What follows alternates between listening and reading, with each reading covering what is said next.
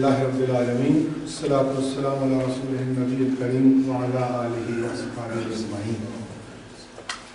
میں آپ تمام حضرات کا انتہائی مشکور اور ممنون ہوں کہ آپ تشریف لائے، اور میں خاص کر جناب خالد محمود عباسی صاحب کا انتہائی شکر گزار ہوں اور ان کا تہ دل سے مشکور ہوں کہ انہوں نے سورہ بنی اسرائیل کا پہلے رکوع کی جو تشریح اور توضیح ہمارے سامنے کی ہے، وہ یقیناً آج کے حالات اور اس بنی اسرائیل سے لے کر اور بنی اسماعیل اور ان سب کڑیوں کو جوڑ کر جو ہمارے سامنے رکھا ہے، تو میں سمجھتا ہوں کہ ہمیں اس کی ایک بہترین صورت سامنے آئی ہے، اور موجودہ حالات کو بھی پیش نظر رکھ کے جو انہوں نے ان چیزوں کو ہمارے سامنے رکھا ہے، تو یقیناً اس میں ہمارے لیے بڑی رہنمائی ہے.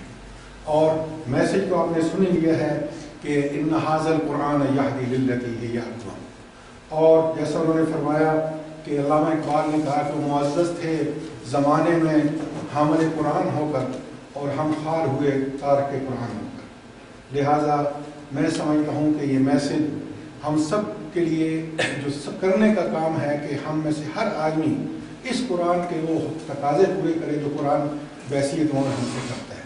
اللہ تعالیٰ اس کی مجھے بھی اور آپ کو سب کو اس کی توفیق عطا فرمائے، پھر ہی حالات جو ہے بدلیں گے انشاءاللہ. ایک پمفلٹ بار رکھا ہے جو آج آپ دیکھ رہے ہیں کہ امت کس طرح کرسمس اور ان چیزوں کو بغیر سوچے سمجھے، تو وہ اگر آپ تقسیم کرنے کے لیے لے جانا چاہیں تو لے جا سکتے ہیں، وہ کافی تعداد میں پڑے ہیں.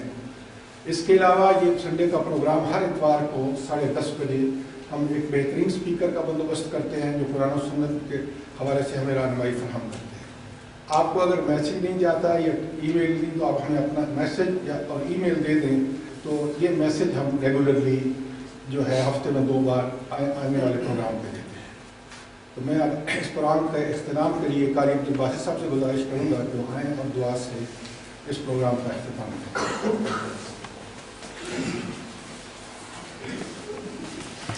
اللهم صل وسلم وبارك على نبينا محمد.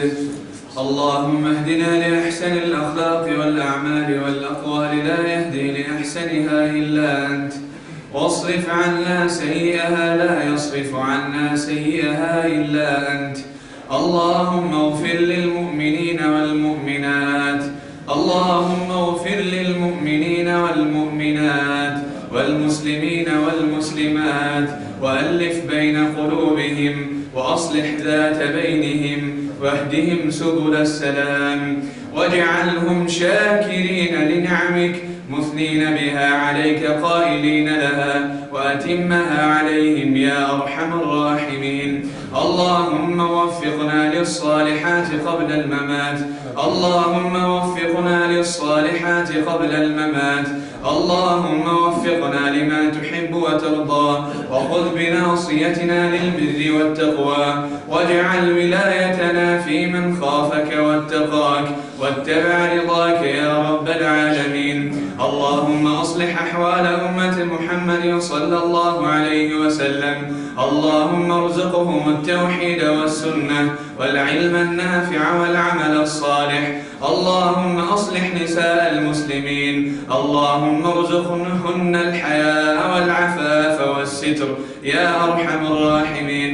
اللهم أحسن عاقبتنا في الأمور كلها، وأجرنا من خزي الدنيا وعذاب الآخرة. اللهم وفق العلماء العاملين والدعاة المخلصين والآمرين بالمعروف والناهين عن المنكر برحمتك وفضلك وجودك يا أرحم الراحمين. ربنا آتنا في الدنيا حسنة وفي الآخرة حسنة وقنا عذاب النار. وصلى الله وسلم على نبينا محمد وعلى آله وأصحابه أجمعين.